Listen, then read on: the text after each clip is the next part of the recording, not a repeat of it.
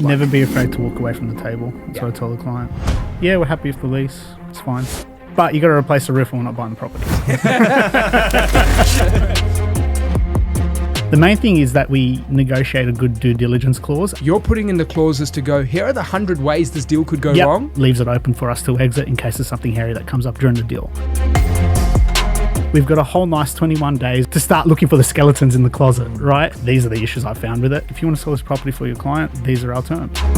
A great tenant today can be a bad tenant tomorrow, right? Absolutely. You've got to be equipped to deal with that stuff. This is the X factors we're talking about. Just We probably shouldn't be showing all of our cards on this table right now, just in case there are a few vendors watching, by the way. In today's episode, we're diving into the legal foundations every commercial property investor should understand. Whether you're a high net worth income professional or business owner stepping into commercial space, this one's for you. We unpack the key differences between commercial and residential contracts, what to look for in due diligence, and how a great lawyer-buyer's agent relationship can save you serious time, money, and headaches. Our guest, Joseph Gabriel, has worked on dozens of our commercial deals across multiple assets and brings sharp insight into what makes a secure and smooth transaction. So, Joseph, it's good to have you on board, man. Hey, gents. How are we? We're good, we're good. Good. So, Joseph, we've done, so many deals together, like dozens of deals, different asset classes, commercial property. You also do a lot of our resi stuff as well. Yeah. Now, I just want to know, what are the key differences between the commercial contracts that you see, contracts of sale, and the resi ones? Well, look, let's take it back a step. So we've got the actual form of the contract. They mirror each other. Both commercial deals and residential deals on the property side, they use the same document. How they differ is a few rules here and there will change. The main one being that there's no cooling off in commercial deals, where cooling off periods will apply to certain residential matters, but we're leaving that point aside. The main thing is that we negotiate a good due diligence clause, and that's not uncontroversial in commercial scenes. So, for example, if we don't have a cooling off period, well, how do we actually organise a time for us to get happy and vet the property and make sure that we can get finance and, essentially ensure that we're getting the best deal for the client? We negotiate a really good due diligence clause that allows us some space and time to actually do that. That would be the main difference, because you won't see, it's kind of unheard of in a residential sense to have a due diligence clause, right? But because you've got more commercially savvy clients and you've got vendors who are probably used to this as well, you're not going to be hitting them by surprise by saying this is the due diligence clause we want, which is nice, broad, and leaves it open for us to exit in case there's something hairy that comes up during the deal. Which means like buyers can work at a different speed in commercial, right? Absolutely. Yeah. Because we can, if we've got a robust due diligence clause in that document, we can effectively, and I take this with a grain of salt, all right? We don't want cowboys and Indians here, but if you can execute this contract quickly, you're locked into a deal. You're showing that you're serious. Put a small deposit down. Vendors engaging with you and materially engaging with your eagerness to buy the property, and then once we're locked in, we've got a whole nice 21 days or 14 days, whatever we negotiate, to start looking for the skeletons in the closet, right? And there's a lot of skeletons in commercial. They are. Compared to residential, right? Residential's like that thick, but commercial's like that thick, in the documentation. Yeah, but Leases, also businesses. But also, Chris, you don't have the time to sort of pull out the skeletons whilst you've got a vendor hanging the document over your head. So to actually sit there and comfortably sit with our team, and we can really uncover whether or not this is a good deal, whether or not we're going to pull out, because we've pulled out of a fair few as well, right? Yeah, that's right. You want to do that during a time where you can actually sit and relax and you have a time period, as opposed to a vendor threatening to pull out of a deal if you don't sign today, right? So to your point, Arjun, mate, like if we do have a clause like that ready to go, then we can do the deal quickly, and speed's a big factor in our business, right? So absolutely, we lock that down. And we're good to go. Absolutely. Now that speaks to the point of like the differences in commercial legal representatives. And there's a reason why we've worked so closely with yourself, because there's such a skill difference when it comes to two things: the clauses that you put together to protect the buyer. Yep. And then second, what you look for during due diligence to actually unearth the things that are important to the buyer. Correct. Could you talk us through two things?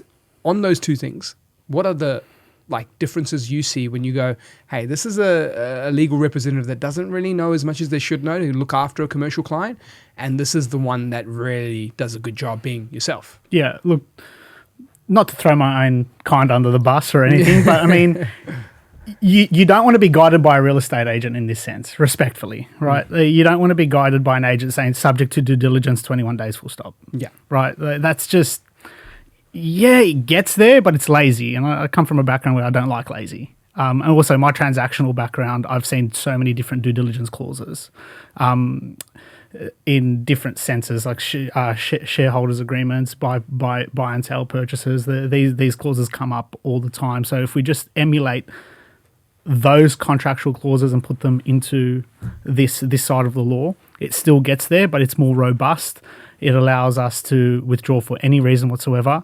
The terms are clear that there's no penalty for withdrawing, right? So, for example, if we've got just the one-liner that says subject to due diligence, 21 days, well, okay, who keeps a deposit? All the questions aren't clear. What happens? Like, is there a penalty payable? Are we in breach? No, we want to make it abundantly clear. Purchaser can pull out, no penalty. No deposit has to be paid, and there's no recourse that can be taken against our client. It's a get out of jail free card like you see in Monopoly. Yeah. It's about a page long, that due diligence clause. A few paragraphs. The normal one that you see that agents put in, just a one-liner. But the ones that we put in are like this big, you know? Exactly. Just to ensure that if it does ever get litigated, because I have seen when the colloquial crap hit the fan, how bad it can get. So you just want to be able to get out without having to worry about a lawsuit chasing you, to be fair. And see, I think as much as you think I might like lawsuits, I don't. not for our clients anyway. Avoid the problem before it happens. And I think this is the X factors we're talking about. Like, this is the X factors of having the right team around you. Yeah. It's, you don't prepare for the deal in front of you. You're preparing for the problems that could happen if the deal in front of you doesn't work out right. And I think that's the difference in like working with you on the journey. It's like, you're not just putting in the basic clause to get the deal done and work on it. You're putting in the clauses to go, here are the 100 ways this deal could go wrong. Yep, absolutely. So where's this mindset come from? I know in this profession, like, you're meant to have that, but so many don't. I want to know a little bit about the background of like, hey, what's got you thinking this way? Because it's not as common as people think. Like, people sometimes just think of what progresses it along, but you're always like, I want to think of all these different thoughts and angles. It's a great question. All right, so we're going to go into, are we going to be soul searching here? Yeah, I want to soul search a little, because there's something, like, people, you know, when we work with clients who do deals, as you know, in the multi-million dollars of purchase prices.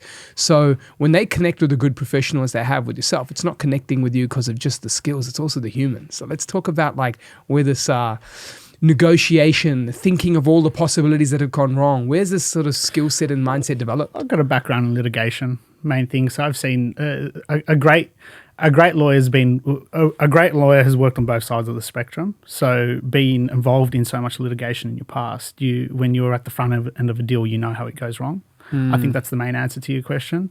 In terms of the negotiation piece, or being the person behind the keyboard or the phone, I think putting a face to the name and actually generally having a chat with the client, giving them a call. And I always tell my clients, don't stress if I'm not stressed. I control the tempo. Yeah. I control the attitude. I control the energy, right? If your lawyer's stressing, ripping his hair out, time to rip your bloody hair out, right? Okay. But like if you see that I'm cool, calm, collected, my team's cool, calm, and collected, things aren't working out in front of your eyes, let us cook in the background, and we'll get everything over the line for you, right? Turning point to what you're saying about me looking at every single avenue of how something could go wrong. Well, if you know that I'm looking at the document like that, I'm looking at a certain issue, a particular issue like that, let me do my thing and we're good. Let my team do their thing and we're good, and we'll get you home in the end. Well, that's why we use you all the time, right? Because we know Thank you. we know that our client's going to be protected. Why do we have that big fat due diligence clause in there? Because it's a risk-free period for them. Correct. They're investing multiple millions of dollars. Potentially their life savings or their retirement's going to fund their retirement. We want to have all those safety parameters in place, and we need that lawyer like you. Absolutely. It's the power of a team and a partnership. I mean, if you're putting together a fantasy football team, you're really sitting back and you're putting the best positions, best players in the best positions, right? Yeah. That way, when a client sees that the team that's going into bat for them, you're entering into a transaction to do with some confidence, right? Yeah. There's two things I'm picking up there. Number one is you've seen the other side. That worst case, the best cases, all that happens on the other side. So many conveyancers or solicitors in this world just do the transacting or just do the deal, but they haven't gone into the litigation. They haven't gone to the other side. So I think that's a powerful skill set alone, just because then that's why we know, since you've seen it go wrong often, you know what to protect us with, which is really important. But I want to go to something, Chris, from your side. This is more like the agents, the sales agents we work with. Correct me if I'm wrong, but I think that the fact that you have such tight clauses, the fact that you have such depth given to it, do you think sales agents see your credibility as higher and know that, hey, these guys know what they're doing, so I'm not going to have all these issues pop up out of nowhere because of someone who doesn't know what they're doing? Do you feel that's a big part of the journey as well? 100%. Like if the agent knows that we have a robust due diligence clause in there, we're following this process, that it's, you know, serious. When we do a term sheet, when we put an offer out, we do a proper term sheet with some signatures. You know, Joseph's details are on there, all the due diligence, all the finance clauses stipulated, really big in depth. That shows the level of professionalism. That shows that a lot of effort's gone in. That we're serious players. Absolutely. The game of commercial property, just hearing that, in my opinion, is changing. Like the game of commercial property now, as the years go on, it's going to be less and less individually represented clients who are going in their own and basically just saying, let me go and do a deal. Because the sales agents are looking at, as you said, they're looking at our offer structure. They're looking at the questions we ask. They're looking at the DD clauses we put together. They're looking at the questions your team asked during DD. And they're basically going, wait, they know what they're doing. This is actually making a sales agent's life easier.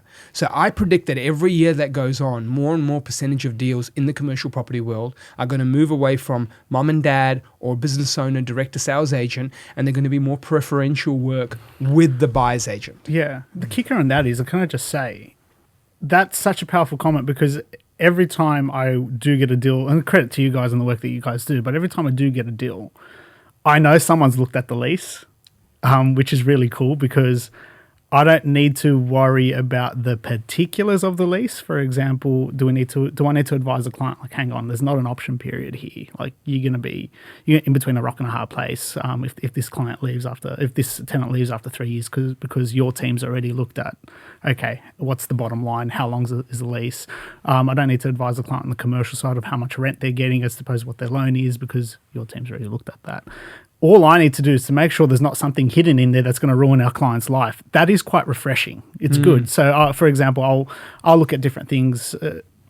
We look at them anyway, right? We review those particulars, but it's a lot more quicker and seamless because they've already been through that. Whereas then the second half of it is, okay, well, is the landlord going to be a landlord that's a traditional orthodox commercial deal, or is there something in there that's not standard, right? Obviously, as a landlord, we want least touch points available, least touch points on the property, right? We don't want to have to worry about maintenance. We don't want to have to worry about repairs. We just want to worry about the bricks and mortar, and we want to receive our rent, and tenant wants to pay for most things. Generally speaking, that's what we're looking for. And then that allows me to do my job to ensure, okay, is there anything here that's out of the ordinary? No? Good. Chris and Arjun have done their job really well. And it's actually made our legal advice more seamless. And it's also more so that we're vetting the property for you guys. Yeah. But it's like because we're completely independent. InvestorKit's not our client. Your client's our client, right? So I have a fiduciary duty to my client to actually let them know, hang on a minute, I know that they've presented you this property, but these are the issues I found with it. It's probably not going to be right. And all of the deals we've worked on, I've actually never had to do that. So that's really powerful. It's excellent. Well, the standards are increasing in commercial now as a result of this activity, because like now we are asking these questions of the sales agent. The sales agent has to lift their standards now that they present a property to the market. They better have all this information, because the typical buyer now is not just going, oh, what's the best price you can do? No. Do you know what I mean? No. We are becoming the typical buyer now. Correct. Because then as a result, if we're becoming the typical buyer, now it's the sales agent going, oh, I have to prepare this 20-point summary to be ready for these type of buyers. Sure. So two things are happening. If you're a buyer that's not represented by the right team, you're not going to know the right questions. The sales agent's going to have all this information. They're not going to feel compelled to give it to you.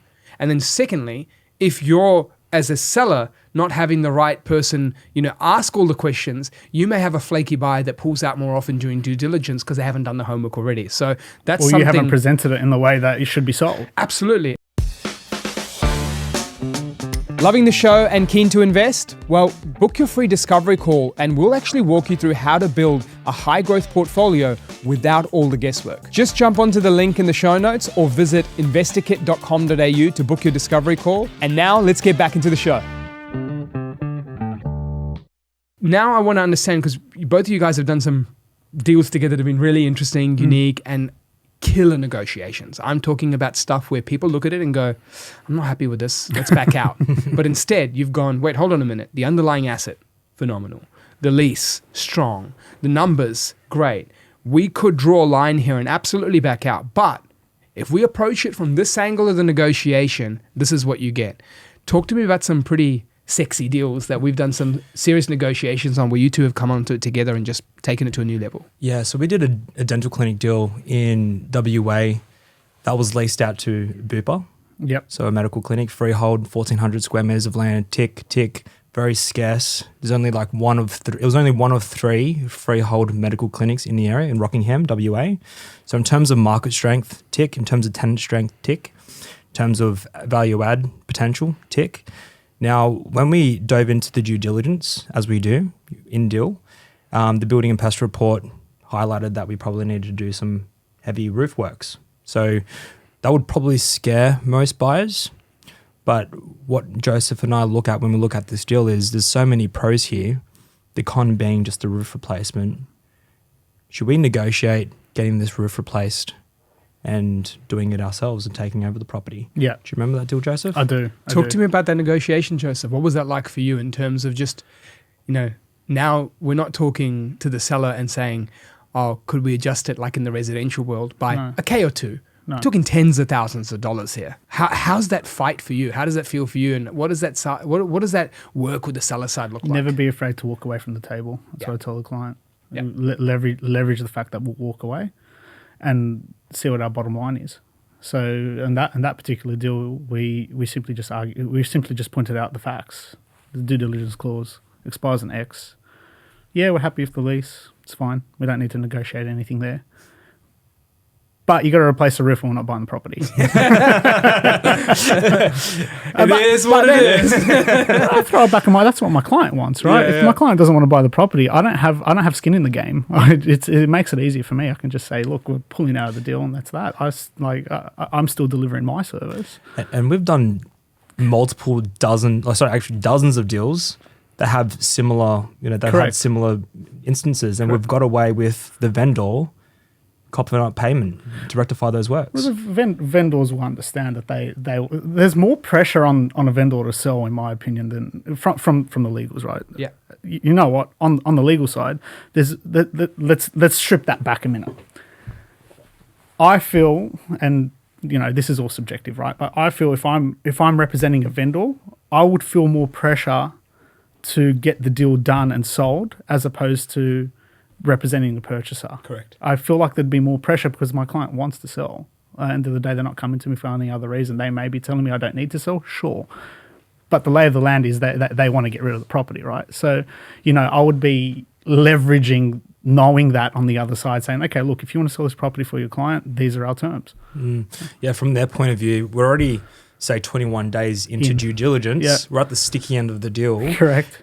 If we had pulled out of that deal, the vendor would have to reset, find a new buyer, and then potentially come up with the same problem, post their due diligence as well with the new buyer. We probably shouldn't be showing all of our cards on this table right now, just in case there are a few vendors watching, by the way. No, but we should keep our secrets close to our chest. Yeah.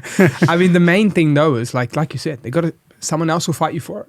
Why don't we go and fight for it? Why don't we go and get a win for our client? Let's get this out, right? And so that's what you guys did. Exactly. So I point out the fact that, okay, if you're going to sell this to another purchaser, you're going to go through that 21 due diligence again. There's a risk that you're going to be at the same impasse that we're at now. Do the deal now, or you're going to be at the same issue later on. We even did a deal recently. Do you remember that $4 million Toowoomba deal that we did? And we figured out that it was a sale and leaseback. We figured out that the entity that was originally the lessee, nice work, was producing only about maybe $2 million of revenue or $2.5 million of revenue, but the actual owner itself, so it was a sale and leaseback, the same controlling mind of both entities. So correct, same controlling mind of both entities. One was making $20 million in revenue, the other one was making quarter of that. I'm talking revenue. Yep.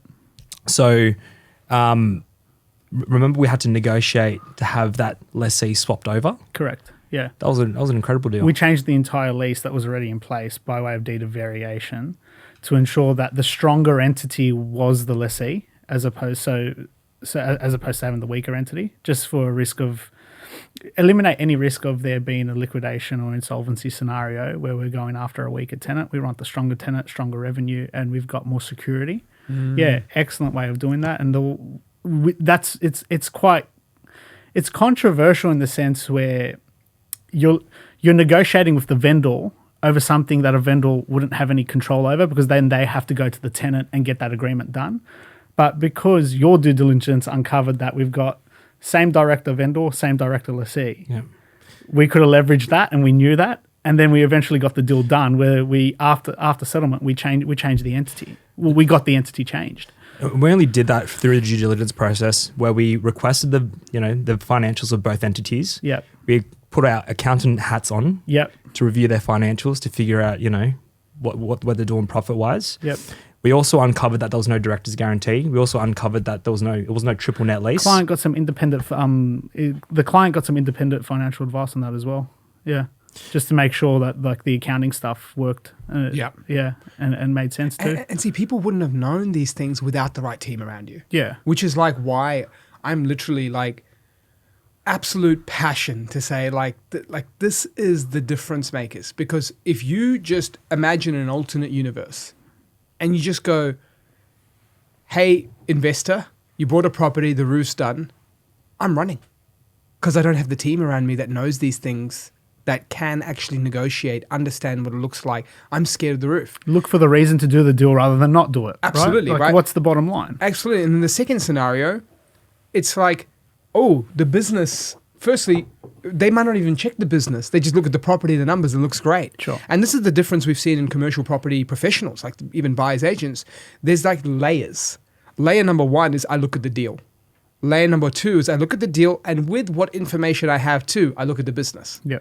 Layer number three is I look at the deal, I look at the business, I look at how they all come together, and I have legal, accounting, and other professionals to make sure it's as clean as possible. Absolutely. And so this is where you also get layers of skill, even at the professional level. So I just love talking about deals like that, where you guys have been able to get some serious outcomes for customers, because now it's gone from deals that looked okay to brilliant, or deals that were great have now just not been lost, and we've been able to make sure we're securing them for clients so they get phenomenal outcomes. So love the collaboration here on the table, and just love that, the way we can give customers the edge. Any final words when it comes to from your side, Joseph, in terms of just the things that, customers should really think about when working through commercial property and specifically? Big takeaway, good due diligence clause. You don't want to find a nightmare tenant. I can tell you this from now. I'm involved in 2 litigation matters where we've got a tenant who's just unreasonable, and in a commercial setting, the value of your commercial property is as strong as your lease and your tenant. And if your tenants, goes back to you and reviewing, you both reviewing rental ledgers, make sure things are paid on time, avoid tenants who have been issued multiple breach notices every month for not paying rent, because I'm in so many different litigation and dispute scenarios where we're actually trying to look for, manufacture ways to get rid of tenants or place undue pressure on them to fulfill their obligations as to paying outgoings and rent. And really, my client will have to pay, anywhere between $5,000 to $10,000 in legal fees and letters, because we're trying to push a client to do something. Sorry, it's trying to push a tenant to do something that they're contractually obliged to do anyway. So even though the lease is strong, you want to look at the patterns from the tenant as well. That's important. And that's just the importance of having the right team around you. Yeah. Like if you've got the right team around you post-deal, like you're involved now, correct, you can guide them post-deal. Yeah, Do you know what because you're never going to it's never going to be 100% clean. Yeah. Right? A great tenant today can be a bad tenant tomorrow, right? Absolutely. You've just got to be ready to deal with it. And I think you have to have contingencies and probably budgets, legal budgets that have to deal with that, which is a big pointer, a big takeaway. So, you've got to be equipped to deal with that stuff.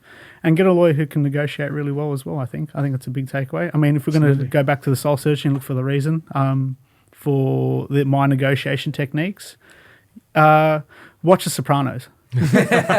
Yeah. You'll learn a lot about me if you just watch The Sopranos. Well, the sit downs, you know how all the mafia guys sit down and they negotiate on the table. Yeah. You can apply a lot of that. Well, two other things, mate. You love your hoops. You love boxing. Yeah. You hate losing. I think that's a great combination for a legal professional and the team around you. So, mate, yeah, because you two wanted to go to my same gym, so I let them know that okay, that's fine. They can come as long as they're just not doing better than me. Yeah. Well, I'm looking forward to those sessions, mate. But mate, how can people get in touch with you at KG Co Legal? Let us know more. KG Co Legal, Yeah. Instagram, website, and that's pretty much it at this point in time. LinkedIn as well. Awesome. Yeah. Mate, Joseph, thank you for joining us on the show. Pleasure. Thank you so much. Cool.